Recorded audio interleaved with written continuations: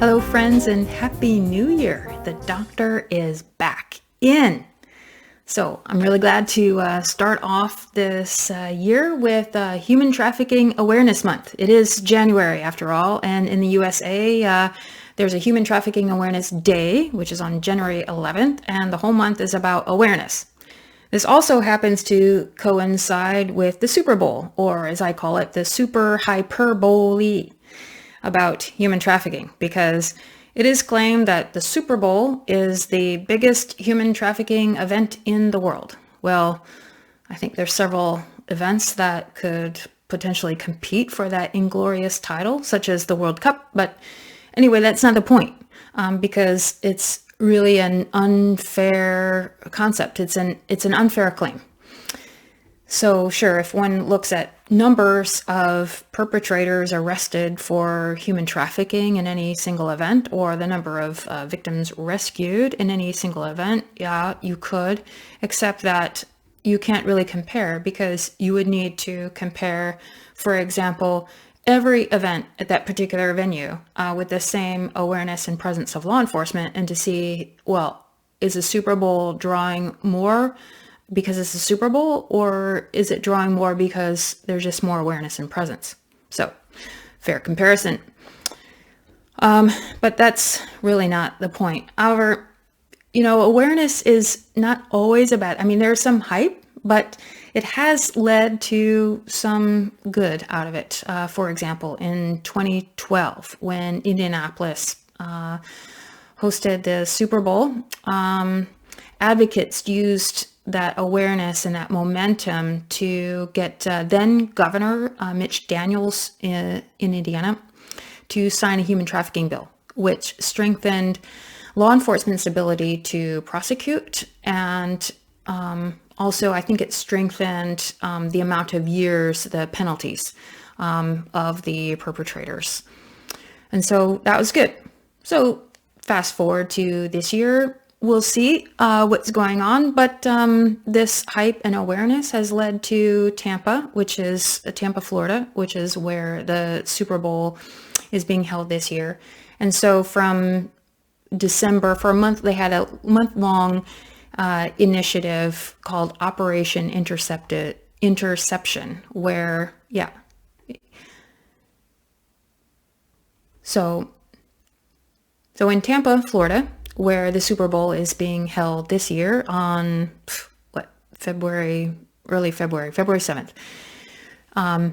From between December and January, they held a month-long sting operation called Operation Intercept. And so they nabbed over 70 people with regard to human trafficking, or is it just buying sex, which is illegal. But that's a great start. So what's next, and what are they doing now? I haven't really found that out, but the link to that story is below. But the thing that I'd like to point out from the article from Tampa Bay is that the sheriff of Tampa, Sheriff Chronister, said that the goal of the operations and others like it is to reduce the demand for prostitution as a tactic to fight human trafficking. He also said that the demand for prostitutes remains high in Tampa, which he said is an incentive for human traffickers to exploit people into sex work. And further, he comments it all comes back to the demand, and that's why our operations are focused on eradicating the demand, he said. I'll address demand more later, but this deterrence tactic is just that, a deterrence, which does help prevent the trafficking of individuals insofar it prevents the traffickers and the perpetrators from doing their harm.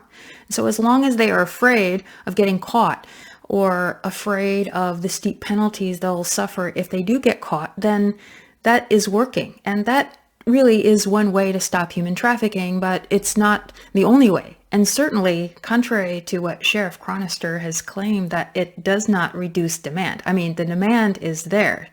And the demand will always be there. And unless we find a way to get at the roots of that demand, the demand will always try to find a way to satisfy itself. And so, it will deter human trafficking and prevent an aspect of it, but it does not get to the roots of the vulnerabilities of why people are being victimized and what leads people to being affected by human trafficking, or even what leads people to being a perpetrator. And so that's a completely different issue.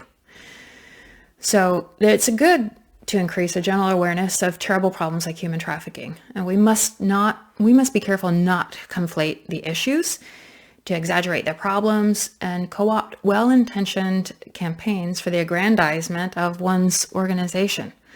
So Rachel Lloyd of GEMS in New York City wrote about the hyper sensationalism regarding the Super Bowl back in 2012. And here she is in the Huffington Post, and link will be below. For the past few years, the Super Bowl has been touted as the biggest trafficking event, especially for minors in the country. While there have definitely been some reported cases, the statistics just don't bear out this claim. The real crime is happening when no one's looking and no one cares, not when every media outlet, advocate, and cop has its sights set on it. Hyperbole only obscures the true issue and damages the movement's credibility. It's critical that as a field we pay attention to statistics, ensure that the information we're putting out there is accurate, and make sure people focus on the larger systemic issues that exacerbate and make young people so vulnerable to commercial sexual exploitation and trafficking, instead of focusing on media-friendly quick fixes and sensationalized stories. As a movement, we've worked hard over the last decade to get people to recognize that commercial sexual exploitation and trafficking is even happening in the U.S., and sometimes the anger and outrage of what we're seeing, girls beaten, raped, sold, and then frequently criminalized and scorned by society, can overtake a balanced response. In an effort to get people to care about this issue, we've been less than careful with the statistics. In an effort to get the media to cover the story, we've often reduced it to the most basic elements. I've been guilty of this too, she writes. We've focused on quick fixes and good versus evil responses that rarely address the true causes or empower the young people that we're serving. In doing so, we've played right into the hands of those who'd like to deny that this is even happening, those who are profiting handsomely from the continued exploitation. The truth is that there are likely more girls and young women who are trafficking victims being sold on Backpage.com than there are being brought to the Super Bowl this year. We don't need to hype anything up or sensationalize it. The truth is bad enough. I'll say that again. The truth is bad enough. And this is, Rachel Lloyd in Huffington Post. So, the wider issue relates to human trafficking campaigns and how well they serve the movement. There is a need for greater awareness, and awareness that leads to knowledge and leads to actionable steps to make a difference, and actionable steps that the everyday person can make. So we have to say, what are you interested in, and where is the intersection between your interest and what you're passionate about and, human trafficking or modern day slavery? I mean, if it's chocolate, yeah, I'm all about chocolate. So why don't you find out about the Slave-Free Chocolate campaign? Link will be below. You can write a letter. They have it all set up. You can sign. It's a ready-made letter and send it to Nestle or whoever is your favorite chocolate company, and tell them that you really care that they're not using child labor or exploited forced labor in harvest of cocoa beans or anywhere or any place along the cocoa supply chain. So because this really matters. Or you could download the Ethical Fashion Guide, and you can find out whether your favorite brand, be it Zara or H&M or Levi's, and how do they rank? What's their rating as far as transparency in the supply chain of the garment industry? And you can also write them and find out, and tell them that this matters to you. You can find out what's going on locally. You can donate your time and your expertise to a grassroots organization that could use an accountant, that could use someone to handle their social media, that could use a doctor even, or whatever you have to offer, please offer, including money. Money is also good. especially for those, the grassroots on the ground organizations that are just up to their eyeballs, just on the front lines and, really could use some extra training or could use some extra help. Maybe they just need some extra equipment that wouldn't be covered in a grant or covering salaries or whatever. So find out what those are and get involved, because there is something that everyone can do, no matter how great or how small. We need to all come together to learn about this issue, what's going on, and make a difference for the world. Because if everyone just made a small difference, we would make a big difference together.